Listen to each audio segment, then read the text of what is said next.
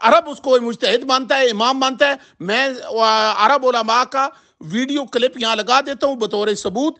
یہ اس ضمن میں دے رہا ہوں، فضول نہیں دے رہا، اس کو ضمن میں دے رہا ہوں کہ ان کی کتابوں سے دین سیکھتے ہیں سعودی علماء، ائمہ حرمین، دونوں میں حوالے دے رہا ہوں، پڑھ لینا پھر بات کرنا. ایک کلپ تمہارا ہو گیا، ایک تو آپ کو میں نے کہا اگر آپ نے مجتہد بولا تو آپ نے ثبوت پیش کرنی. تو آپ مودودی صاحب کا ایک اجتہادی مسئلہ بتائیں، صرف ایک.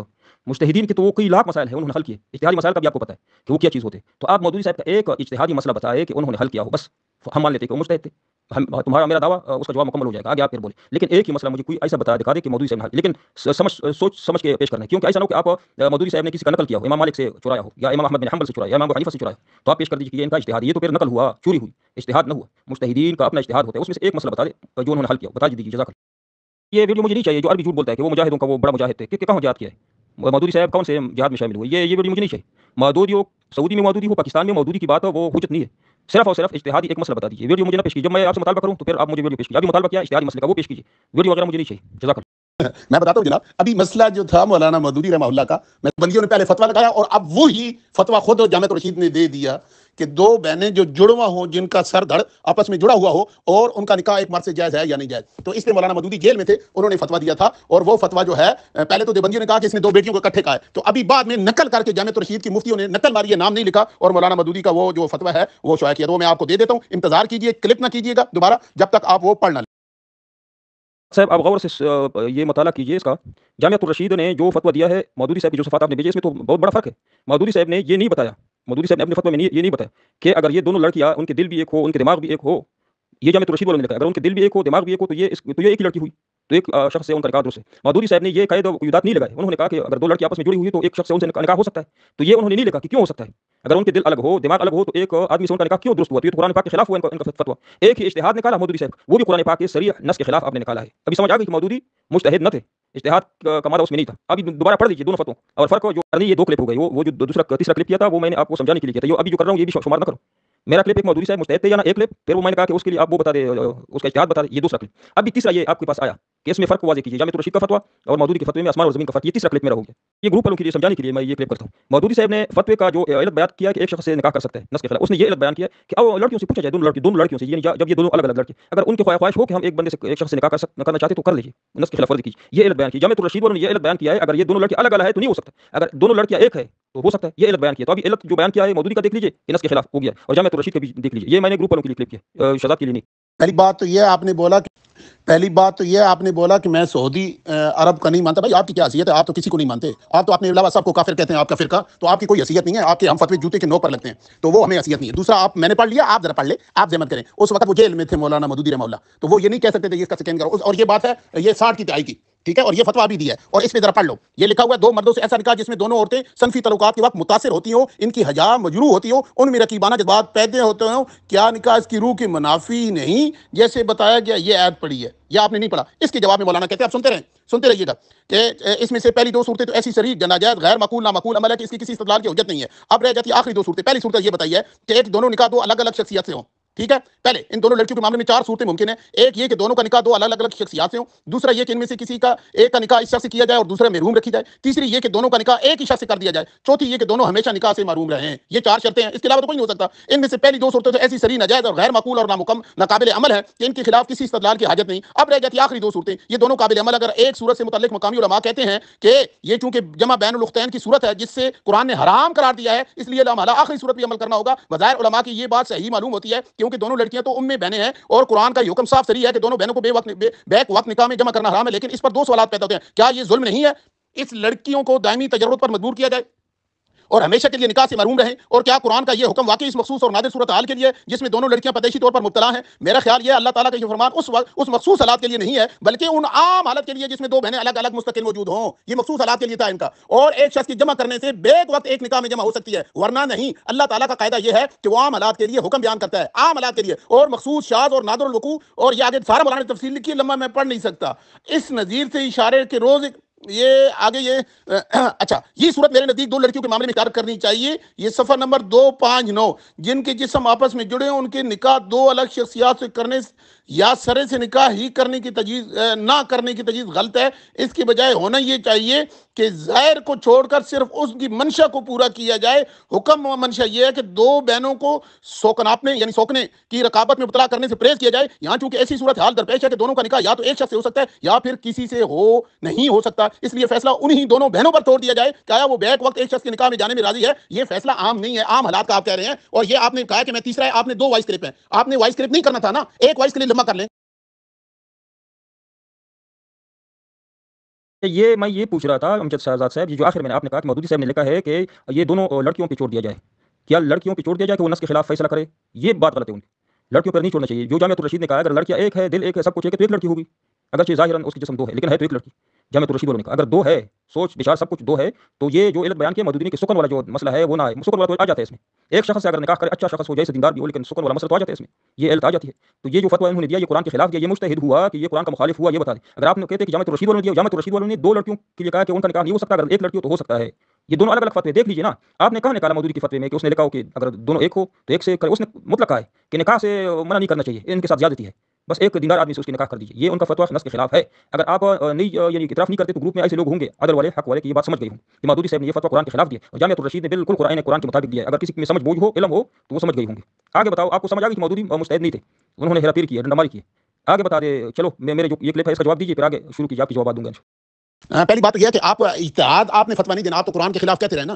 آپ کی کیا حیثیت ہے؟ سارے سعودی علماء ان کو مجتہد مان چکے ہیں، آپ مانے نہ مانے، گلی محلے کے جو یہ مولوی ہیں ان کی کیا حیثیت ہے؟ آپ کو تو محلے کے باہر جانتا کوئی نہیں ہے، تو آپ کی حیثیت نہیں ہے. سعودی علماء ان کو مجتہد مانتے ہیں. رہ گیا مسئلہ یہ کہ کسی نے دیوبندیوں کے علاوہ کسی نے اس فتوے کو نہیں کہا، غلط نہیں کہا، ٹھیک ہے. اب دل نہیں ہے اور ایک نہیں، یہاں پر بھی وہ یہ کہا ہے دونوں سیدھے جڑے ہوئی ہوں، دونوں پہ سیدھے جڑے ہوئی ہوں، دونوں پہ اور ان کی ٹانگیں آپس میں جڑی ہوئی ہوں، تو نکاح علیحدہ علیحدہ بندے سے کوئی عقل کو ہاتھ مارو، عقل کو ہاتھ مارو. یہ قرآن کے خلاف ہے، جبکہ یہ پہلے کہہ چکے تم جو نص بتا رہے ہو وہ نص خاص عام ہے، مخصوص حالات کے لیے نہیں ہے. یہ پہلے پڑھ لیتے تو آپ کو سمجھ آ جاتی. یہ پہلے لکھا ہوا ہے، یہ صفحہ نمبر 257 کے اوپر میرا خیال یہ ہے اللہ تعالیٰ کا یہ فرمان اس مخصوص حالت کے لیے نہیں ہے بلکہ ان عام حالات کے لیے جس میں 2 بہنوں کے لیے الگ الگ مستقل وجود رکھتے ہیں. یہ خاص نہیں ہے. تو آپ نہ مانو بھائی، آپ کی ماننے کی کیا ہے؟ اصل میں آپ کو یہ ابھی آپ نے فتویٰ پہلے تو فتوے لگاتے تھے ایک دل ہو، ایک مولانا نے کہا ہے کہ اس میں دل نہ ہو، ایک نہ ہو، علیحدہ علیحدہ. کہاں کی لکھا ہے انہوں نے لکھا ہے کہ یہ دل جناب ایک ایک جناب اس کا دل بھی شک علیحدہ علیحدہ، تب بھی ایک سے نکاح کرے. کہاں سے نکالی آپ نے بات؟ اور اس کی کیا بات ہے؟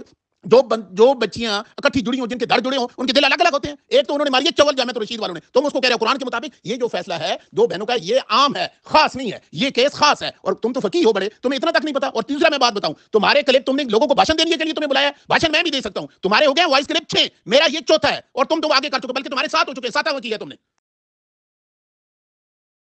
انبیاء کے بارے میں جو عقیدہ ہمارا یہ جو ہمارے مدارس میں پڑھایا جاتا ہے اور جو بندیوں کے مدارس میں بھی پڑھایا جاتا ہے، عصمت انبیاء کے حوالے سے، اس میں جو بنیادی کتاب ہے شرح العقائد، اس کے اندر یہ عبارت موجود ہے وَإِنَّمَا الْخِلَافُ فِي أَنَّ امْتَنَاعَهُ بِدَلِيلِ السَّمْعِ أَوِ الْعَقْلِ وَأَمَّا سَهْوًا فَجَوَّزَهُ الْأَكْثَرُونَ أَمَّا الصَّغَائِرُ. یہ لکھ کر اگلے صفحے پر یہ اس کا ترجمہ بھی ہے، يُنَبَّهُ عَلَيْهِ فَيَنْتَهُ، لمبی عبارت ہے، فَيَنْتَهُ عَنْهُ هَذَا كُلُّ بَعْدَ الْوَحْيِ وَأَمَّا قَبْلَهُ فَلَا دَلِيلَ عَلَى امْتِنَاعِ صُدُورِ الْكَبِيرَةِ. تو اس کے وہ لکھتے ہیں کہ اس طرح جمہور کے نزدیک کبائر کا عمدن ارتکاب کرنے سے بھی معصوم ہے. یعنی اور پھر اختلاف یہ 2 بندیوں نے کیا ترجمہ، میں اپنی طرف سے نہیں کر رہا جی. اور اختلاف صرف اس میں ہے کہ تعمدن کبائر کا امتناع دلیل نقلی سے یا دلیل عقلی سے. بہرحال سہون تو اکثر لوگوں نے اس کو جائز قرار دیا ہے انبیاء سے سہون کبائر کا، اور صغائر جمہور کے نزدیک عمدن جائز ہے، جمہور. اور پھر وہ آگے کہتے ہیں، آخری اس میں لائن میں نے ہائی لائٹ فوٹو بھی میں لگا دیتا ہوں، وہ کہتے ہیں کہ یہ جو معتزلہ ہے نا، وہ کہتے ہیں نہ قبل نبوت ہو سکتے ہیں نہ نبوت کے بعد. ادھر یہ کہتے ہیں کہ یہ ساری بات وہی کی بات کی ہے. بہرحال وہی سے پہلے کبیرہ کے صدور کے ممتنع ہونے پر کوئی دلیل نہیں، کوئی دلیل نہیں، کوئی دلیل نہیں. بہرحال وہی سے پہلے کبیرہ کے صدور کے ممتنع یعنی ناممکن ہونے پر کوئی دلیل نہیں ہے. اور معتزلہ اور شیعہ کہتے ہیں اس لیے کبیرہ نفرت، یہ وہ کہتے ہیں کہ ان سے گناہ ہو سکتا ہے. تو اب دیوبندی کیا کہتے ہیں؟ یہ تو انہوں نے کہا، شیعہ کہتے ہیں انبیاء قبل نبوت بعد نبوت کبیرہ صغیرہ عمدن سہون محفوظ ہے. یہ دیوبندیوں کی کتاب ہے اور یہ جو ہے عقائد اہل سنت والجماعہ مدلل، اس کی جو ہے تائید مولانا سلیم اللہ خان صدر وفاق المدارس کی ہے. مفتی محمد طاہر مسعود یہ صدر، یہ بھی وفاق المدارس کا ہے. 95 کے اوپر اس نے وہ عقیدہ لکھا ہے جو کہ شرح العقائد میں لکھا ہوا ہے. یہ شیعوں کا عقیدہ ہے، یہ شیعوں کا ہے. ہر نبی معصوم ہوتا ہے، معصوم کا میں نہیں، کبیرہ صغیرہ گناہ قصدن سہوا نبی سے سرزد ہو سکتا ہے، اور دوسری یہ جگہ کہتے ہیں قبائل سے ہو سکتا ہے. تو یہ شیعہ ہے کہ میں